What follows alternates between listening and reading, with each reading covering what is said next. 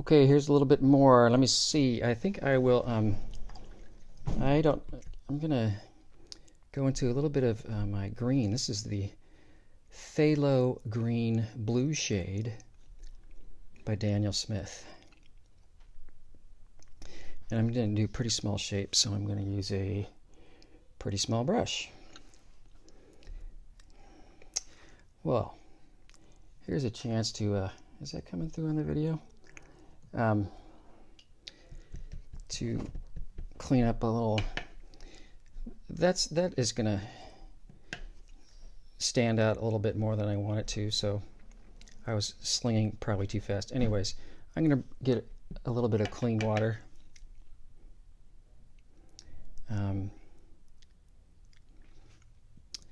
Do that, and then get a clean paper towel and do that. That mostly made that go away.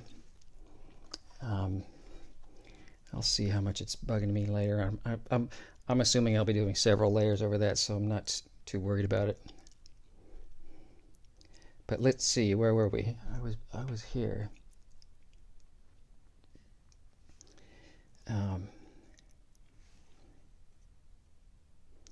Same kind of idea. I'll try to, the narrow ones don't make quite as much sense to do that, but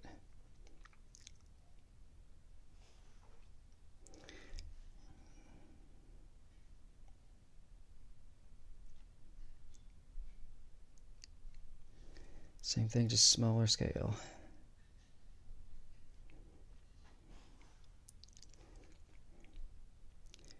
I'm looking at the amount of paint I mixed, and it wasn't really enough.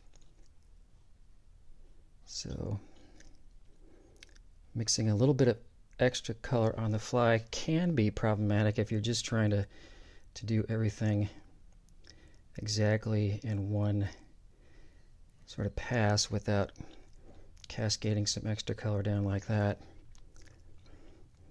But I got a pretty close mix of what it already was, and then just dropped in some more that's going to mix in with the whole rest of what was there, so that the color will be consistent.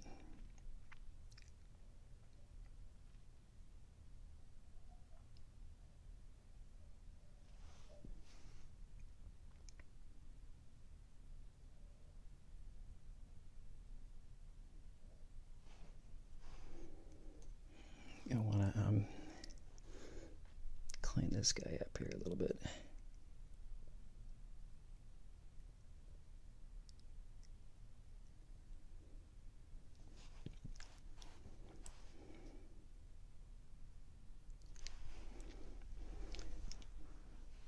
And depending how perfect I wanted those edges, I would spin my paper around and get better access. That's kind of a fun color. Let's do something else with that.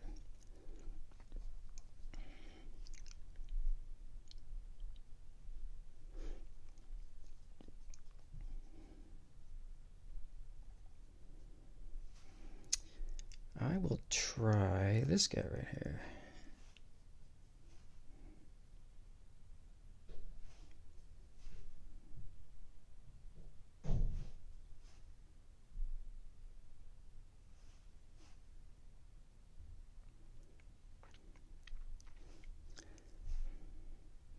See, I took an extra sort of step on that one because it's so far across. I'm not sure if, what was that? Did I just spaz out right there? I guess.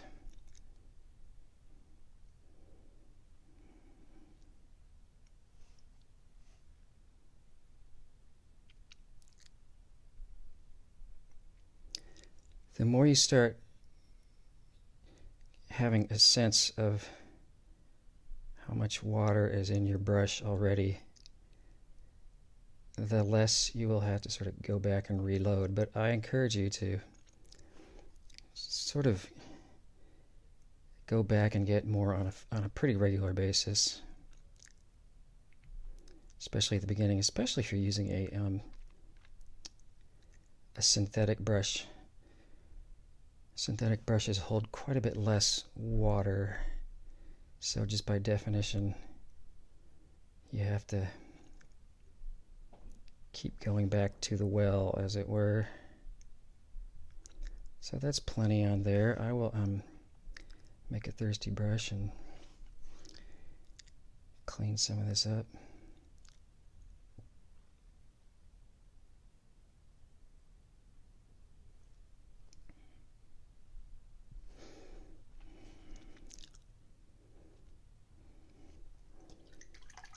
I feel like doing something green still, but kind of adjusting it with something else.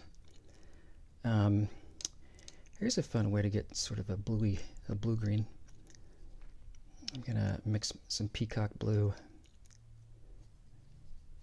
and that phthalo green blue shade.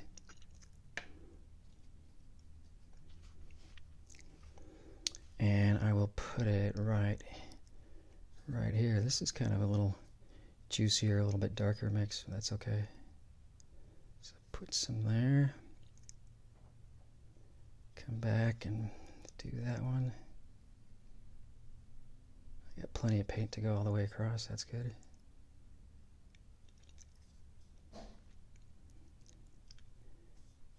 Get some more.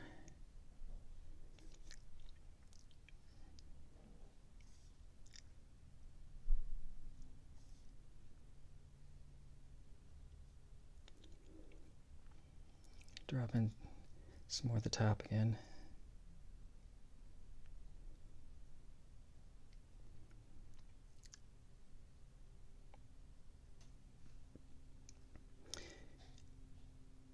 Doing all this dropping in at the top basically just makes it much more flexible, that I can go touch up anywhere in that shape that I want to, because I've kept the water moisture distributed throughout the whole shape.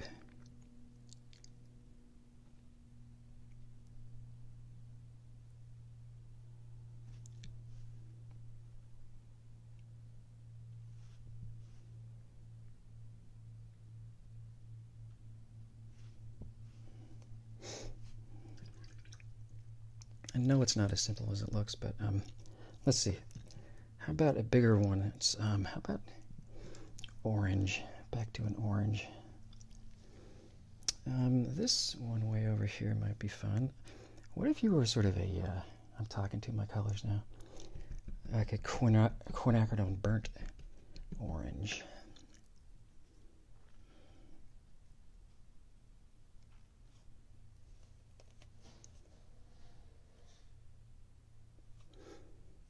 I think that's plenty. Brush might be a little big, but let's check it out.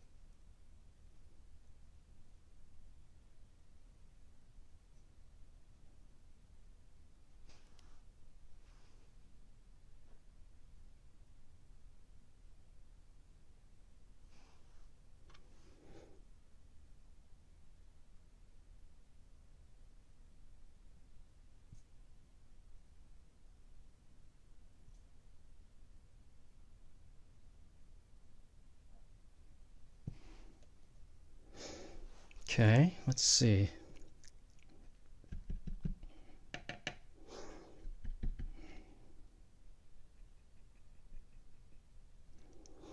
Actually, I'm going to adjust this one to come down a little bit lower. Going to get a smaller brush. Let's use the smaller brush that we've already been using.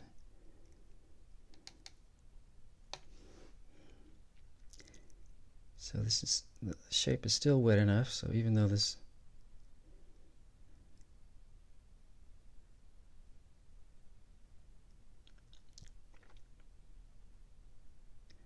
I am trying to be careful to not to introduce any color that I introduce is not too much different moisture wise than what I'm introducing it to. Otherwise, unpredictable, often fun, but unpredictable things happen. Let's see. I was thinking about this lower one, and let's go sort of more of a bluish purple. So here's a little bit of ultramarine blue and a little dioxazine purple.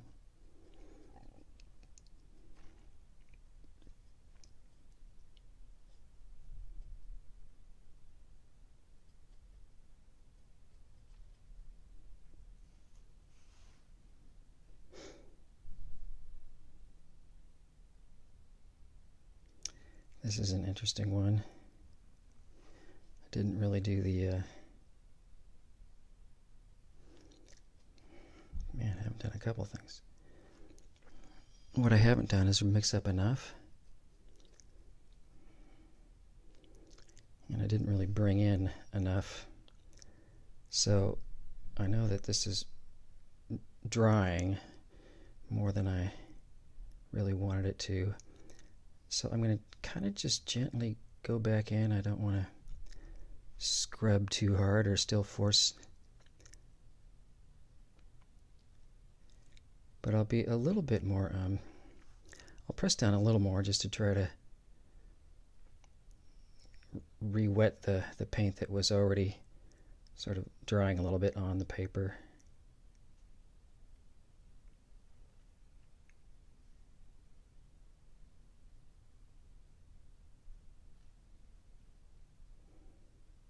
And that's a good example. I can see where that first stroke was, and I let it sort of sit there too dry, a little bit too long, and gets staining a little bit.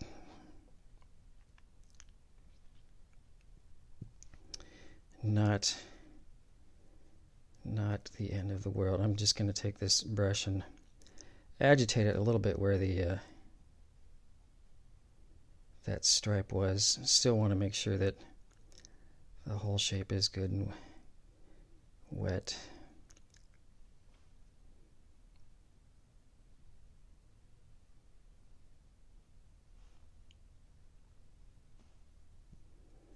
Oops.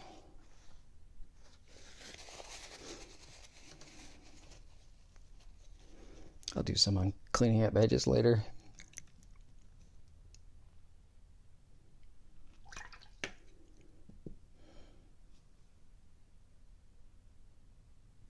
Yeah, it was kind of too much water.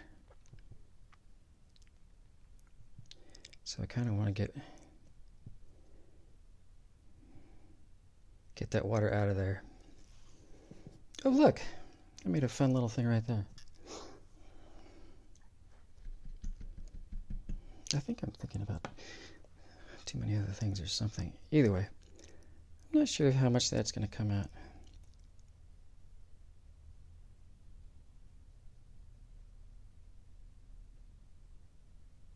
This is one of my softer brushes, so it's not gonna scrub very hard. Here is an actual scrubber brush with some pretty stiff bristles.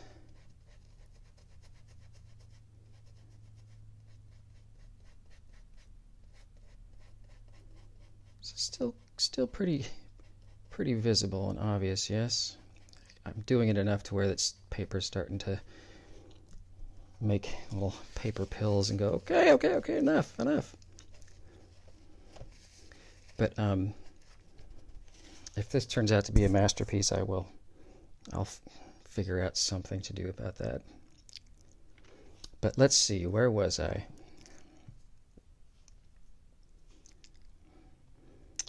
haven't done sort of an orange, especially sort of a straight orange. Let me see, how about some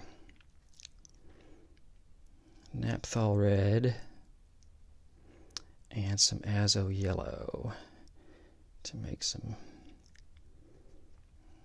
fairly orangey orange.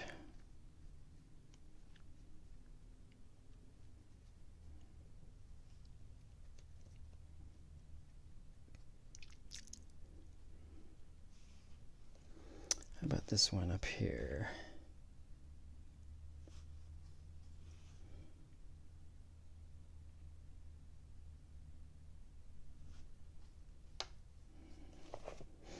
Got a hair there that's bugging me.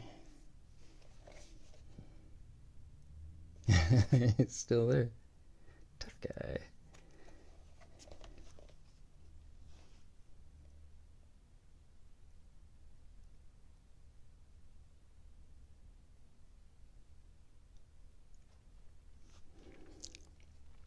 Another reason I sort of like this, learning how to just introduce more paint into this shape, especially at the beginning, there's sort of this panic that can take over because you know it's drying and you know it's supposed to, if you want it to be a perfect flat wash, you don't let it dry in one area.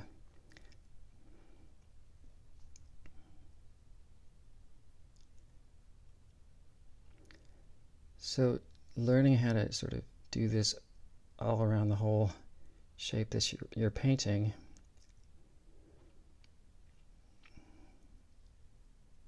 this makes for a much more relaxed experience, at least for me.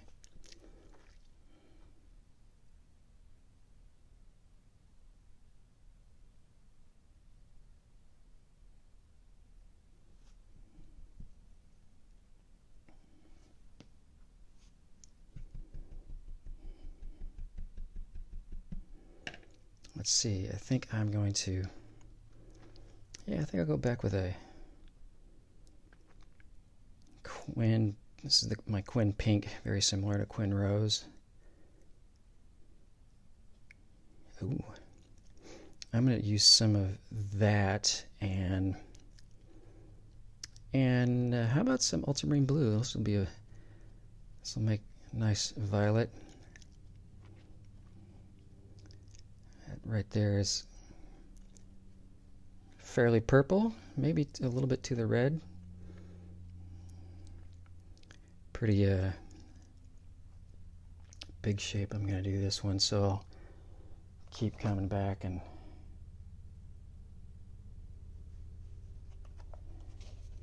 reloading and stuff. Ooh, that's kind of nice. Refilling.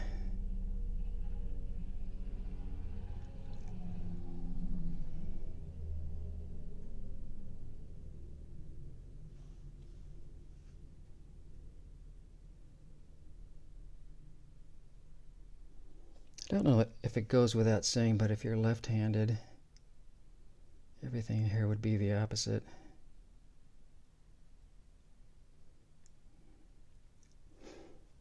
As far as what corners and what side and stuff. Unless you want to paint this way.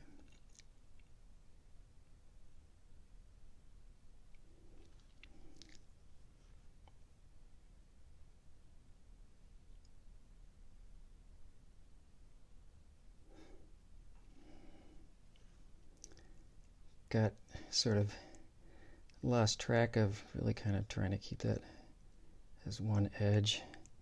Once again, that's okay though.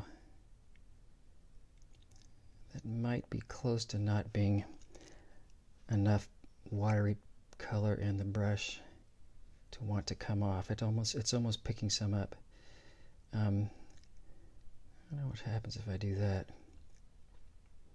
This is sometimes if you start running out, you can try to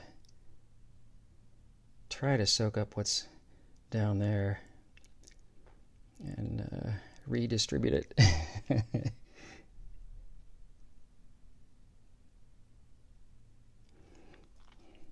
But there's not enough watery color right here to get in my brush to make it really want to come off the brush and into the shape. It would be a little too spongy.